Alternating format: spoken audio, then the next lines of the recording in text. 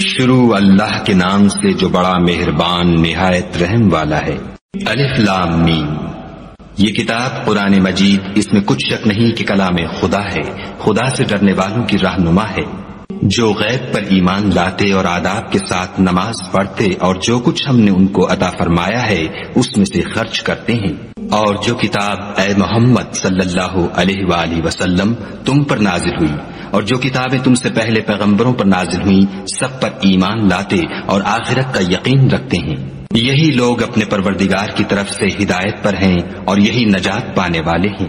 جو لوگ کافر ہیں انہیں تم نصیحت کرو یا نہ کرو ان کے لیے برابر ہے، وہ ایمان نہیں لانے کے۔ خدا نے ان کے دلوں اور کانوں پر مہر لگا رکھی ہے اور ان کی آنکھوں پر پردہ پڑا ہوا ہے اور ان کے لیے بڑا عذاب تیار ہے۔ اور بعض لوگ ایسے ہیں جو کہتے ہیں کہ ہم خدا پر اور روز آخرت پر ایمان رکھتے ہیں، حالانکہ وہ ایمان نہیں رکھتے۔